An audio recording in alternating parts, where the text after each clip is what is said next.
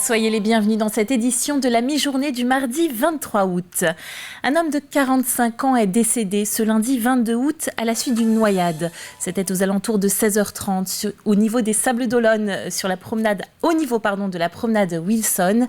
Malgré un massage cardiaque des sauveteurs sur place, la victime n'a pas pu être réanimée. L'adjoint au chef de secteur plage de la ville des Sables d'Olonne a réagi à notre micro. En tant que nageur sauveteur et MNS, on se doit de réagir à ce type de situation. Donc c'est peut-être dû soit à une imprudence ou bien à un manque de responsabilité. Mais les sauveteurs étaient présents sur zone pour porter assistance et secours à la personne. Donc malheureusement, c'est pas à souhaiter ce type d'incident, mais ça peut arriver sur la plage ou bien ailleurs, que ce soit sur le remblai ou bien chez soi. Donc il faut toujours être prudent et prendre ses responsabilités lorsqu'on vient se baigner. Un chiffre à présent, 31. 31, c'est le nombre de tués sur les routes vendéennes enregistrés à ce jour pour 2022. Ils étaient 33 sur la totalité de l'année précédente.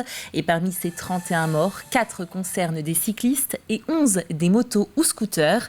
Les deux roues objets de toutes les attentions avec des contrôles quotidiens relatifs au rodéo urbain tel que préconisé par Gérald Darmanin. Vous voyez à l'image un contrôle réalisé à Chaland. Écoutons le préfet de la Vendée au micro de Grégoire de Châtillon.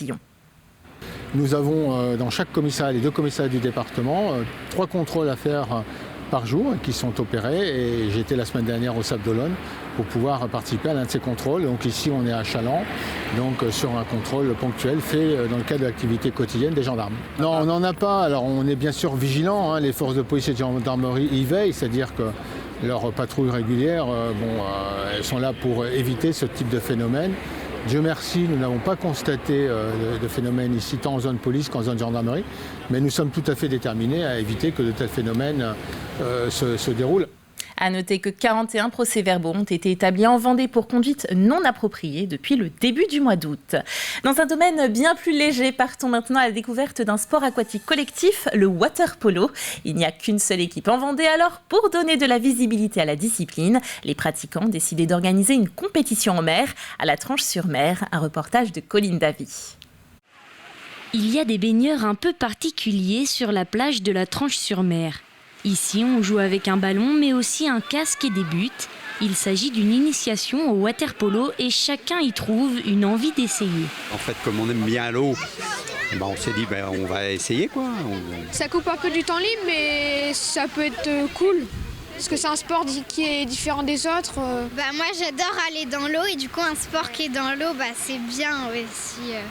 Aussi l'esprit de collectivité parce que comme elle a dit, les grands ils faisaient pas que la passe au plus fort, ils nous faisaient aussi la passe. Si le sport se pratique en piscine, aujourd'hui, comme pour les 6 destinations du projet, direction la mer. Dans notre région, le water polo est encore pas très développé, donc le but c'est de le développer. En fait, on le fait aussi en mer pour essayer d'attirer au maximum de personnes et du coup avoir un petit peu plus d'impact. Il y a généralement quand il fait beau sur une plage, il y a beaucoup de monde. Donc voilà, le but c'est de toucher le plus de personnes possible. En Vendée, il ne reste qu'un seul club en compétition à La Roche-sur-Yon. Alors pour essayer de renforcer les troupes, certains amateurs témoignent de leur passion. Pour la Vendée, ça serait bien et pour nous aussi qu'il y ait d'autres clubs qui se développent. Je pense que même si c'est des vacanciers qui ne se inscriront pas forcément en Vendée, ça fait déjà parler du sport. Même si ils ne viennent pas jouer avec nous dans l'eau, au moins ces personnes peuvent voir le terrain et du coup se dire c'est quoi ça et puis venir nous parler, on explique notre sport. Donc déjà oui, même sans venir jouer, ça permet d'avoir un peu de visibilité. Des créneaux découvertes seront proposés à partir de septembre à La Roche-sur-Yon. L'occasion pour ceux qui ont raté le coche à la mer de se jeter dans le grand bain. Cette semaine, dans ce journal, nous vous proposons une série de reportages consacrés aux arbres remarquables de Vendée. Une véritable invitation à la promenade. Et on démarre aujourd'hui avec un spécimen incroyable, un gigantesque magnolia à grandes fleurs qui a vu grandir le héros de la Seconde Guerre mondiale, Jean Delattre de Tassigny, direction Mouilleron-Saint-Germain, en compagnie de Grégoire de Châtillon. L'arbre est remarquable, un magnolia impressionnant, Installé au cœur du jardin d'agrément de la maison natale de Jean Delattre de Tassigny, le magnolia à grandes fleurs est, on peut le dire, le roi des arbres à feuillage persistant et à floraison estivale pour nos jardins tempérés. Originaire des États-Unis, c'est à Nantes, en 1711, qu'il fut introduit pour la première fois sur le vieux continent. Pour découvrir ce spécimen, les visiteurs sont invités à se diriger sous la frondaison de ce sujet aussi large que haut. Il y a un petit passage et on peut effectivement y aller. Et donc ça, effectivement, c'est incontournable dans la visite. Les visiteurs adorent cet arbre. Il a été planté après 1870, puisque la maison bourgeoise date de cette époque-là. Une tonnelle de vignes séparait le minuscule jardin d'agrément du potager. La pelouse de forme circulaire, avec des massifs de fleurs de saison, était ornée en son centre d'un splendide magnolia, fierté de mon beau-père. Il s'agit en fait d'un texte de Madame Delattre, Simone Delattre, qu'elle a publié en 71 dans Jean Delattre, mon mari, qui montre l'importance de ce magnolia dans le jardin d'agrément. Un vieil arbre aujourd'hui, tel un bosquet, avec, vous l'avez vu, un tronc magnifique.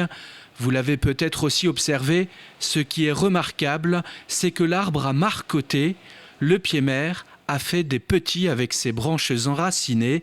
Être sous ce magnolia est une invitation à la rêverie. Et que dire du parfum que dégagent ces grandes fleurs blanches pendant tout l'été.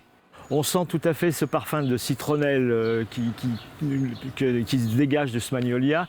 Les fleurs sont toujours... il y a toujours au moins une trentaine de fleurs épanouies dans ce gros volume. Et effectivement, cette fleur, elle est omniprésente aussi par l'odorat. Par contre, il ne faut surtout pas l'accueillir pour la mettre en bouquet parce qu'elle tombe immédiatement. Elle ne se conserve pas du tout. Elle est belle dans l'arbre. Si vous le respectez, le magnolia à grandes fleurs de la maison natale de Jean Delattre vous accueillera sous ses branches à Mouilleron-Saint-Germain. Vous ne pourrez pas le rater dans son jardin public et gratuit, ouvert toute l'année. Et ce soir, nous irons voir un séquoia géant à Esnay. Ainsi s'achève cette édition. Retour de l'actualité fraîche donc ce soir à 18h. En attendant, passez une très belle après-midi sur TV Vendée, bien sûr.